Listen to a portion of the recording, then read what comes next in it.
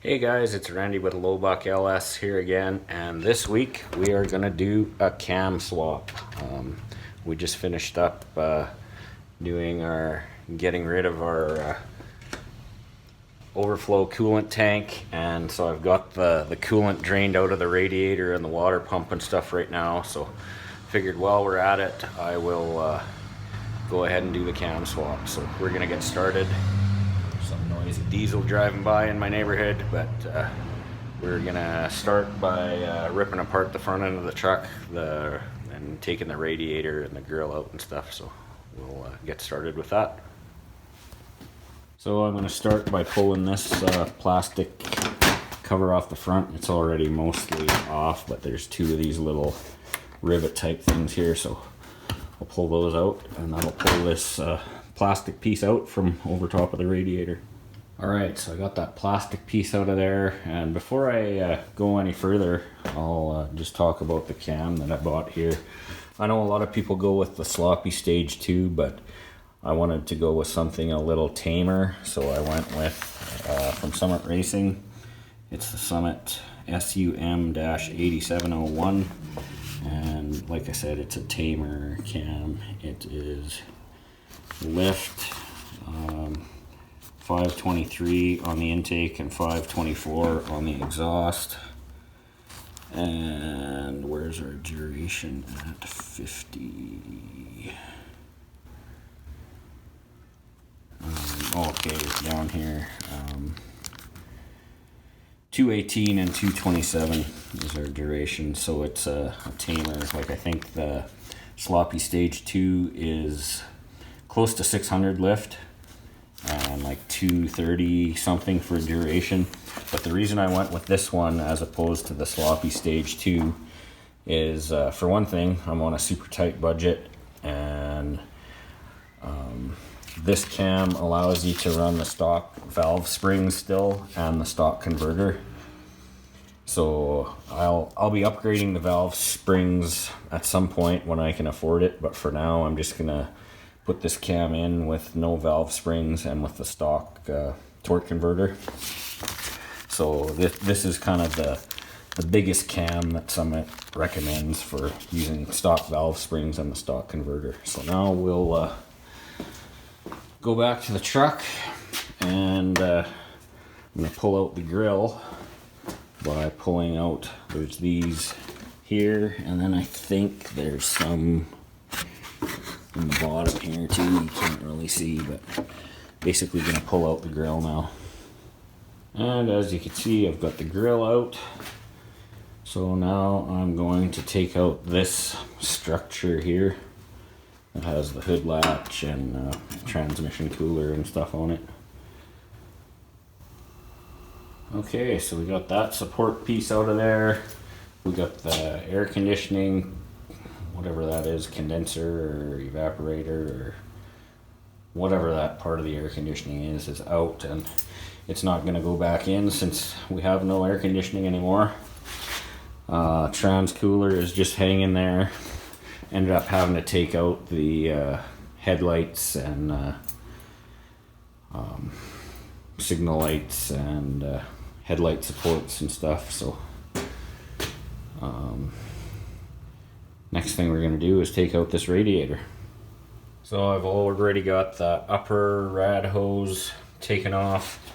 Now I've got to take off that lower rad hose and disconnect these transmission cooler lines here.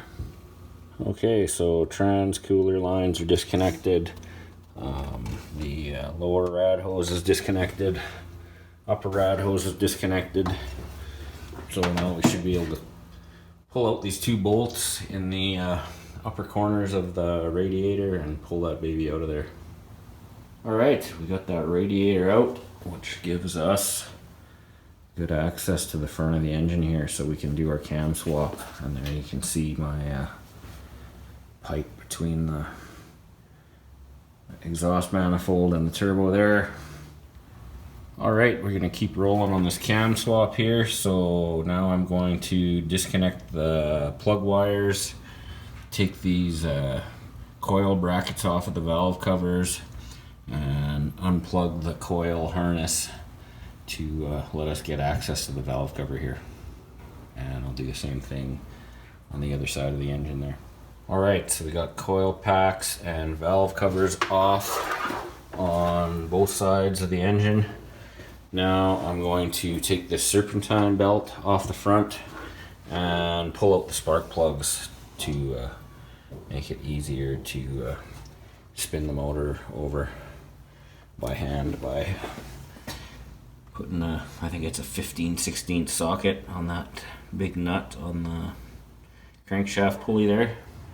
Okay, we got all the spark plugs out, got the serpentine belt off, and to get it off you just put a 15mm socket on that and twist this tensioner to release it, and then you can pull that belt off. So now we can go ahead and bust these, I think they're 8mm head bolt out of the rocker arms, and you'll see on each side there'll be 1 or 2 rocker arms.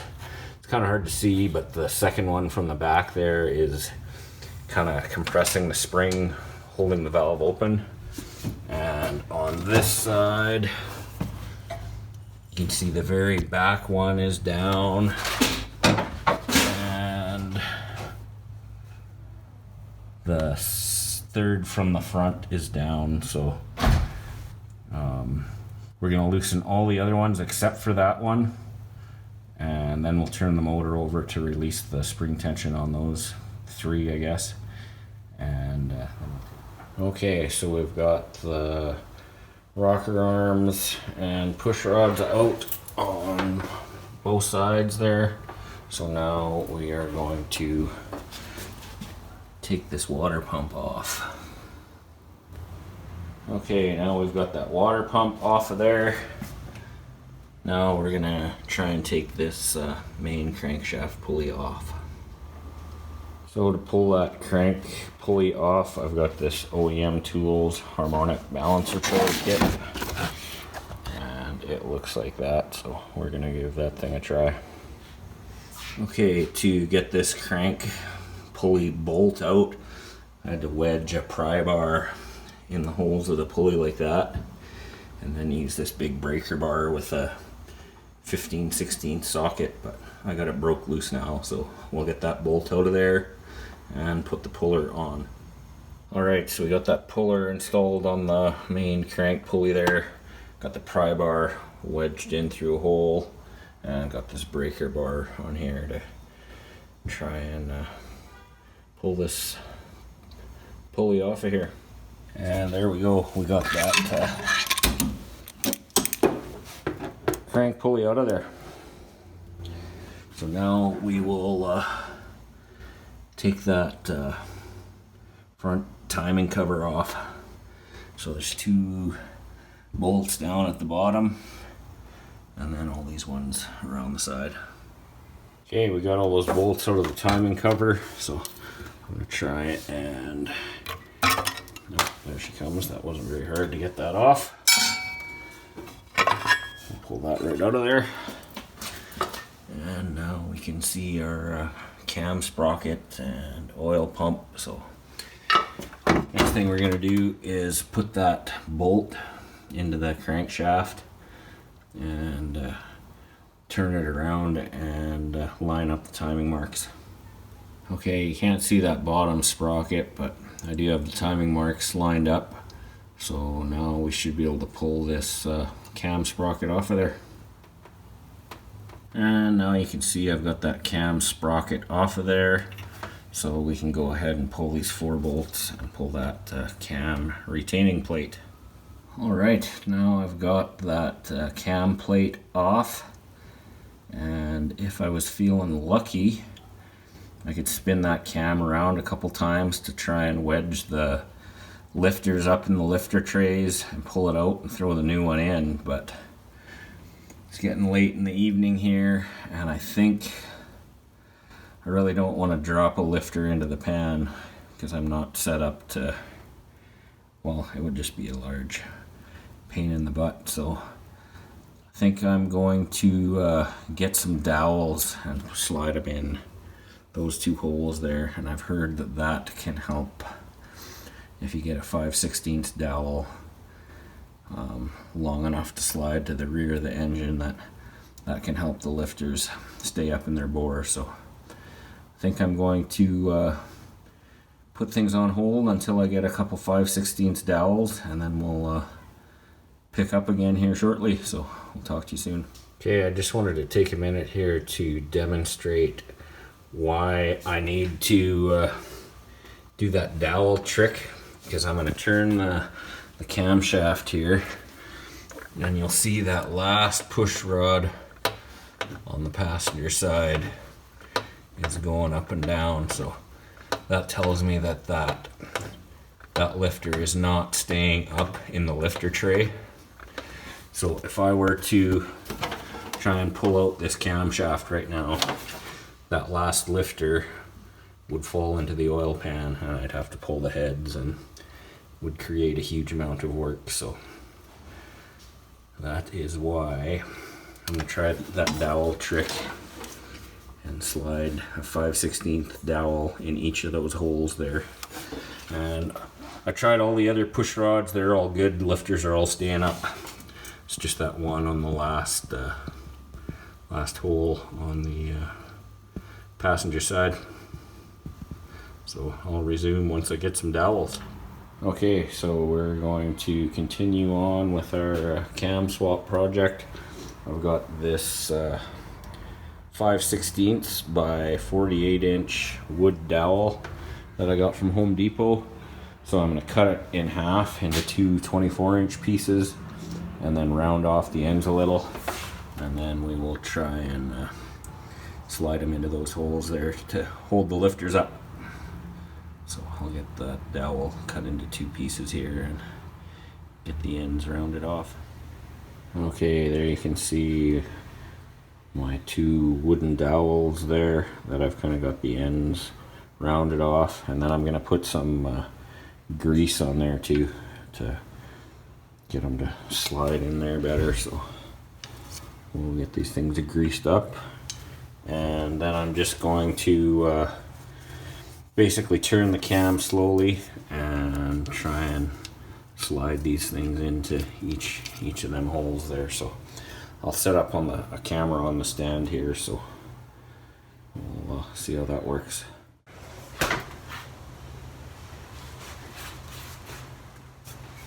So I'm just turning the cam here while I try and slide that all the way in. It seems like it's stopped there. Grease up this other one. Try and slide it in the other side. Looks like they both went in the same amount. Something still seems a little... I don't know if you can hear that weird sound that it's making. So I'm going to throw a push rod in that rear cylinder again on the passenger side and see if that push rod stays up this time, indicating that the lifter isn't going to drop on us. Just give this a couple more spins here. Okay, I think this dowel thing is going to work, because you can see the push rod in that back hole. And now when I turn the cam, that push rod is not dropping down like it did before. So I think we can go ahead and pull this camshaft out, but I want to minimize the time that it's out of the block, just because there's just friction holding those lifters into the lifter trays there. So basically it's not something you'd want to let sit overnight. So basically I want to minimize the time that the camshaft is out of the block. So I'm going to get this one all lubed up and put some water pump bolts in the end of it and get it ready to slide in, and then we'll do the swap. Alright, so this Summit SUM 8701 cam comes with this camshaft assembly lube. So gonna tear the end off of that and smear it all over the lobes and bearings here, and get her ready to slide into the engine block here. Alright, so I got every lobe and bearing surface there covered in that assembly grease, and got the new cam sitting there ready. Now I'll set up the camera, put on some rubber gloves again, and it's go time. We will pull that old cam out, slide the new one in, and hopefully not drop any lifters into the pan. So I'll get it set up and we'll do it. Okay, here we go. I'll give this one last spin. Make sure that last push rod is staying up. Slide this guy out of here.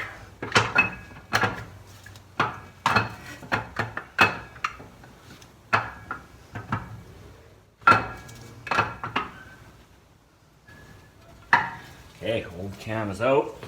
Let's get this new one in. And as Sloppy Matt suggests, don't look at your cam bearings.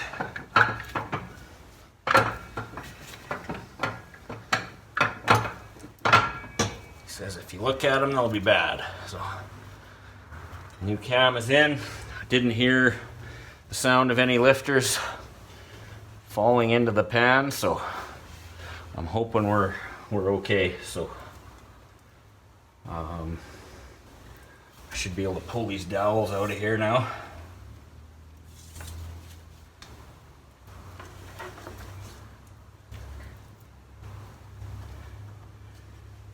And we can continue on with the process here.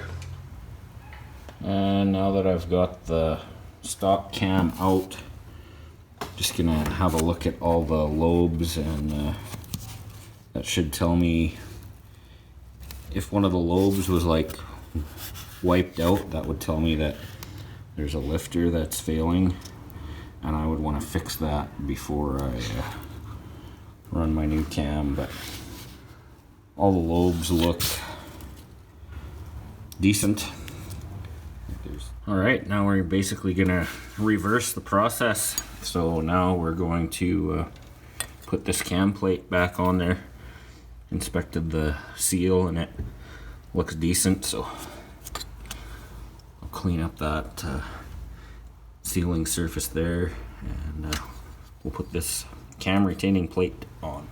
Okay, so that cam plate is on. Now I'm just going to torque it to, book says camshaft retainer bolts 18 foot-pounds, so I'll go ahead and get those torqued, and then we'll put our cam sprocket on. So I got that cam plate torqued, and I got the cam sprocket on, and I'm just turning it to line up that timing mark where it needs to be. Now I'll pull it off again and fish that timing chain up.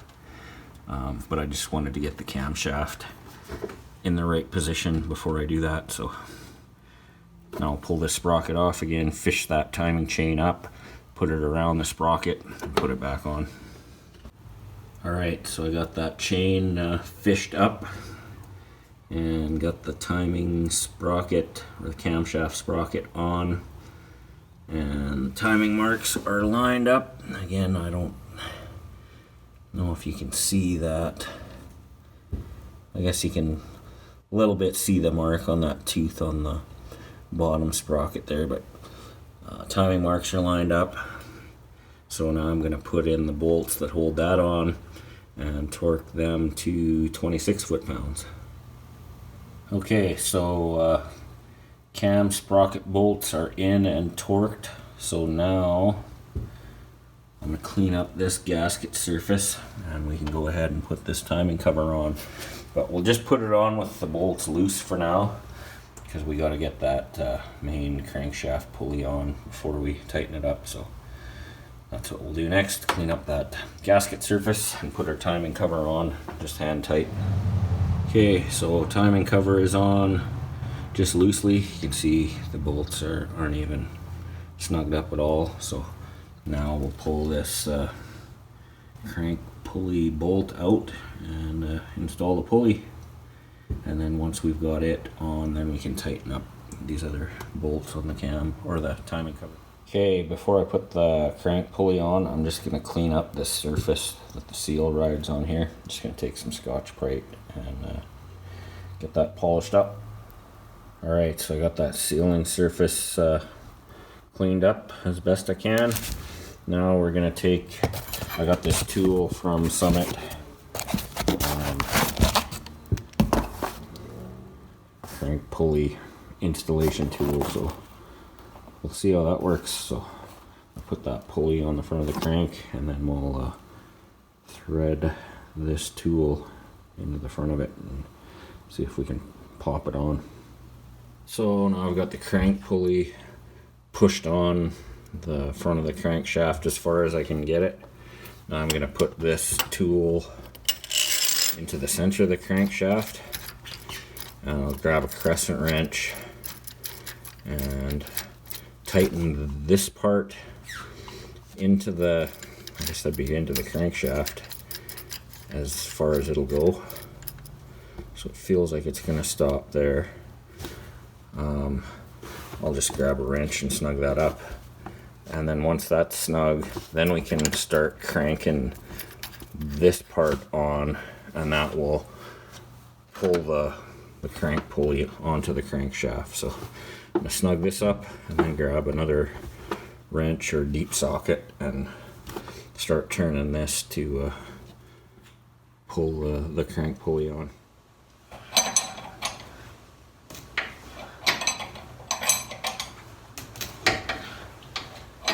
Okay, now the crankshaft is starting to turn.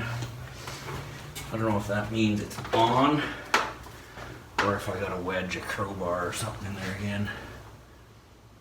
Looks, from the sealing surface, it looks like it's pretty well where it needs to be.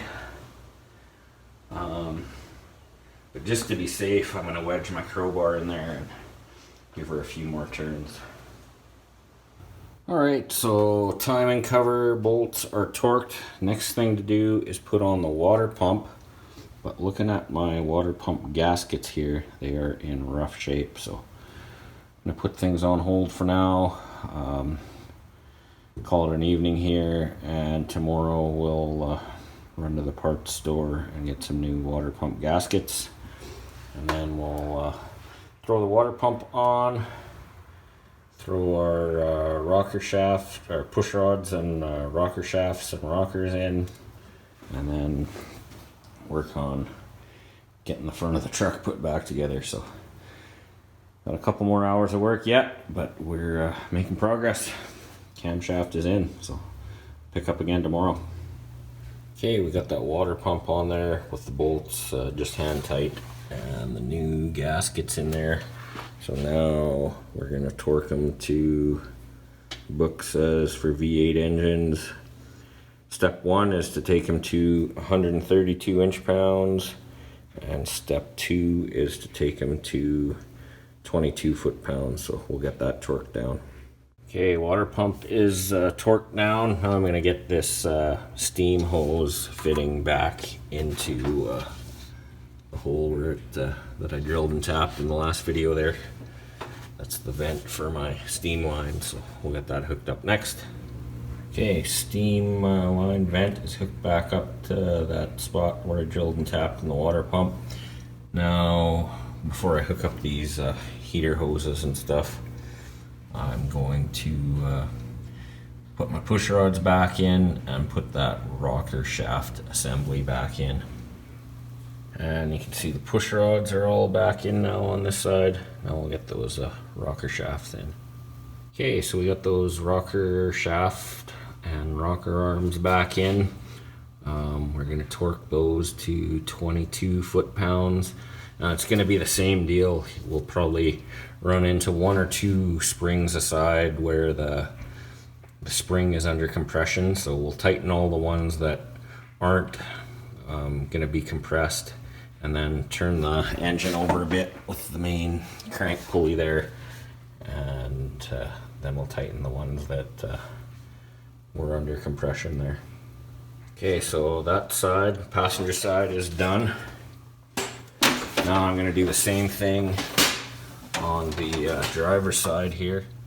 Okay, now we got the rocker shaft and rocker arms in on both sides. We can go ahead and put the valve covers and the coil packs back on.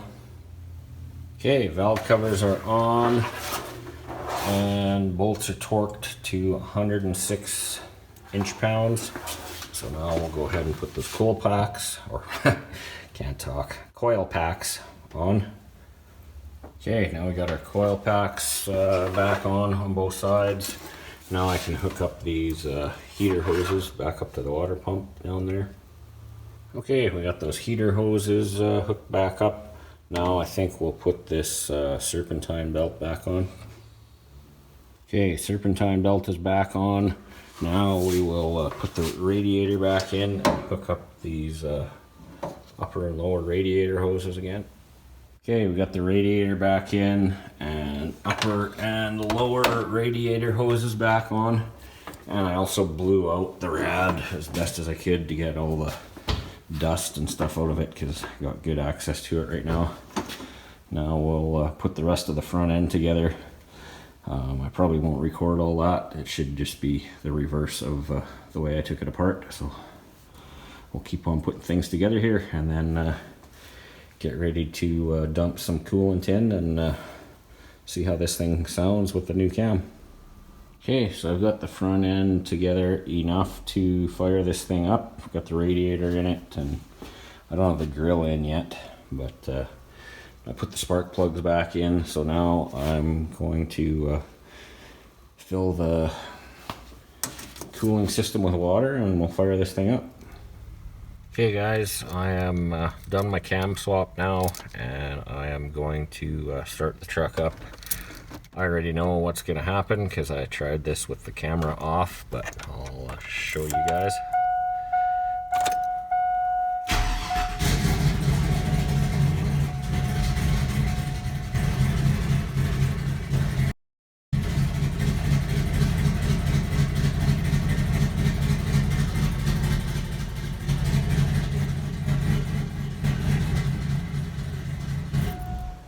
Okay guys, so as you can see, the truck starts with the new cam, but it runs pretty rough, and I wasn't expecting it to stay running. The first time I tried starting the truck with the camera off, it fired up for 10 or 15 seconds and then just died. So cam is in, truck runs, but there's still some tuning to do.